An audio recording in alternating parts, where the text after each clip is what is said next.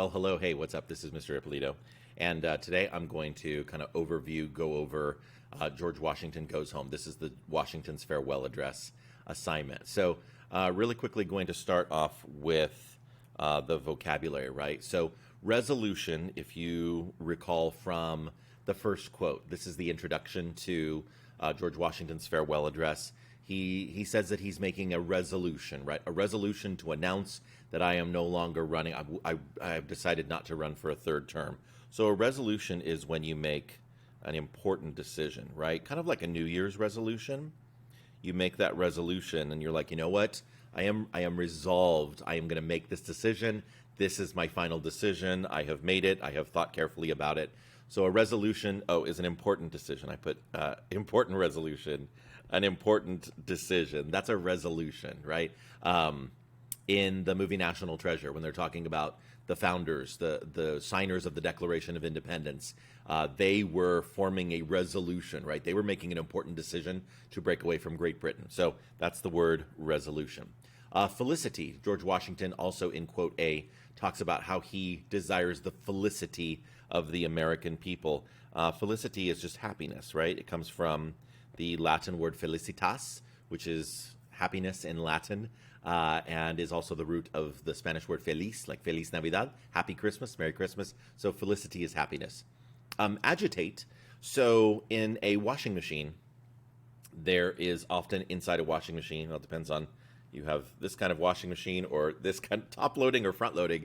But washing machines, part of the reason why they do what they do is because they have agitators, right? So an agitator in a washing machine is something that like shakes things up, right? It's like, because you take that combination of your clothing and the water and the laundry detergent and it agitates, like it shakes it up and it's like, like, and so to agitate means to like shake up, but often in an unsettling way, right? You want to agitate the dirt out of your clothing. Well, in this case, this was when, in the quote about political parties, George Washington is saying that political parties agitate.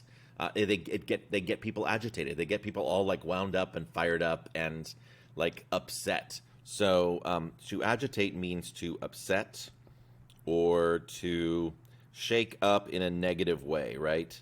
Shake up in a negative way.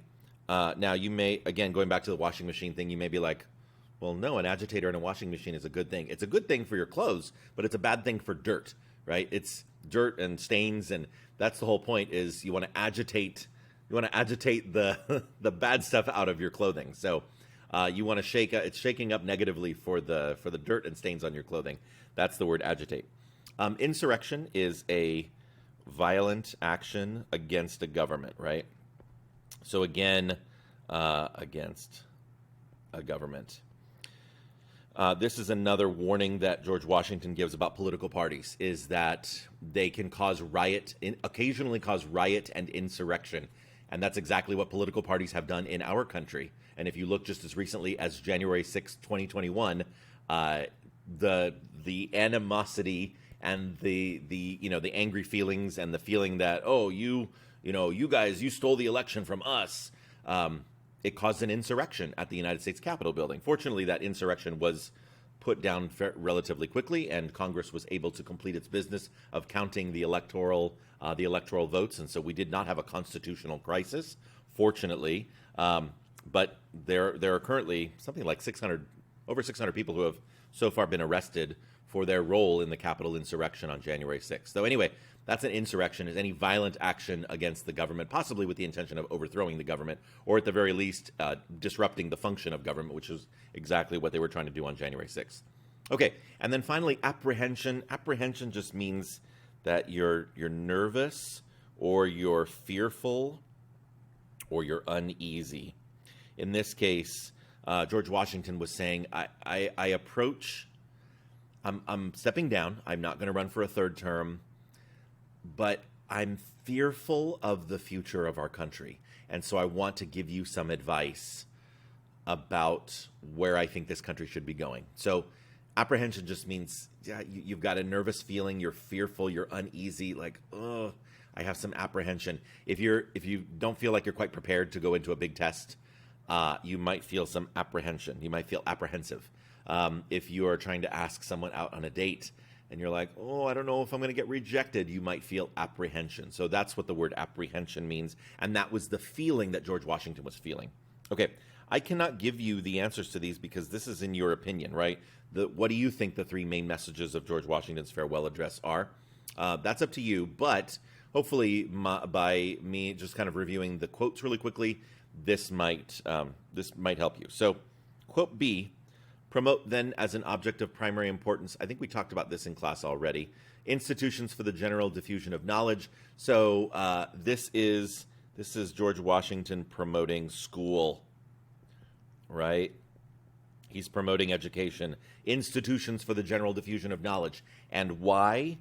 The reason why he is saying this is because it is essential that the public opinion be enlightened. In other words, if we're going to create a nation of informed citizens and informed voters, educated voters, we need to have education. We need to be doing exactly what we're doing right now. So we're making President George Washington proud by doing what we're doing. We are providing institutions for the general diffusion of knowledge. So that's quote B.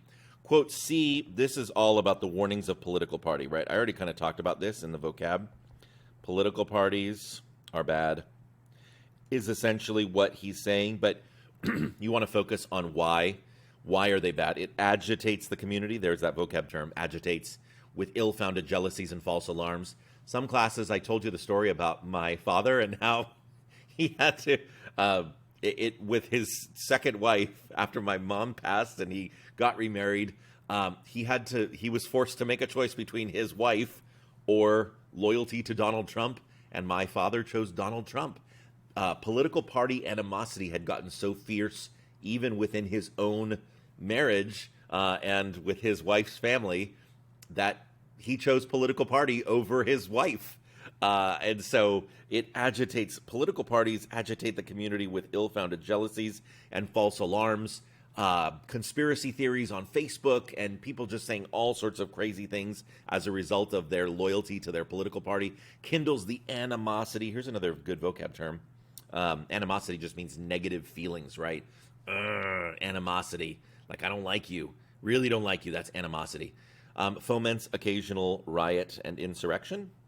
We talked about that already. And then opens the door to foreign influence and corruption. So in other words, political parties can also open the door to other countries potentially trying to influence our elections, other countries trying to influence our political process. So he's basically saying in quote C, political parties are bad, and these are all the reasons why that political parties are bad.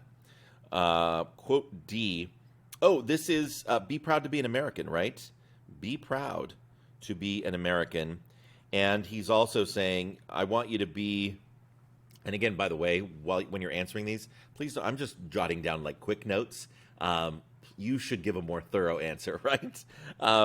But be proud to be an American, and you should be prouder to be an American than it should exalt the just pride of patriotism more than any appellation derived from local discriminations. In other words, you should be prouder to be an American than you are to be from LA or to be from New York or Boston or Philadelphia or West Coast or East Coast. You should be prouder to be an American than you are proud of like the local place, the city or state that you come from.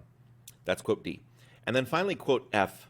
And this is just, you know what? I am looking forward to retirement.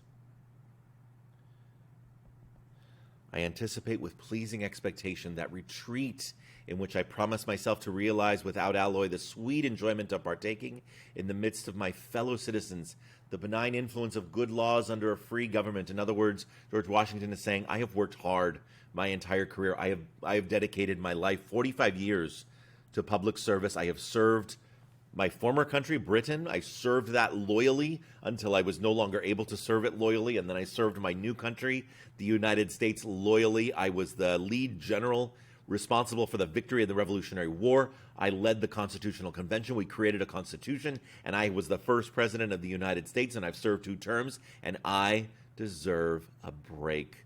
I'm going to retire at the ever-favorite object of my heart. It's this country. He's saying, I love America. I love this country. and the happy reward is, I trust, of our mutual cares, labors, and dangers. Mutual means we've worked together for this. We've earned this together. We've worked to create this country. Okay, the only other one, and this I think should inform your decision on number 2, because the only one we didn't go over was quote E, and this is basically, don't play favorites with other countries. That's what quote E is. Observe good faith and justice toward all nations. Cultivate peace and harmony with all. Do not form entangling alliances with other countries. We've done that. Don't get all bent out of shape. And I think we do a reasonably good job of this when accidental or trifling occasions of dispute occur.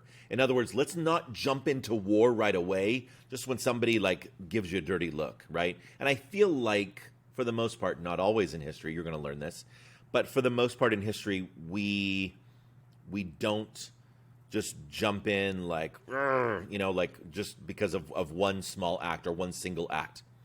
That hasn't always been the case. The Spanish-American War, we jumped right into war with Spain over one single act, and kind of the Mexican-American War as well. But for the most part, I think we've learned our lesson. I think for the most part, we try to follow George Washington's advice, where we don't just jump into war just at the drop of a hat. We really take it very seriously.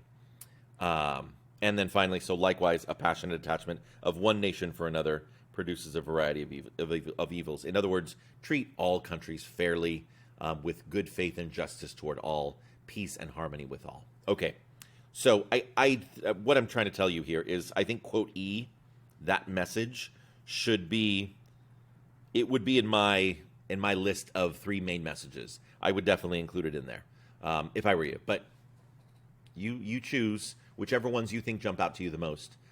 You go for it. All right. Well, that's it, and thank you so much for learning about George Washington and his farewell address with me, and have a wonderful day. Take care. Bye-bye.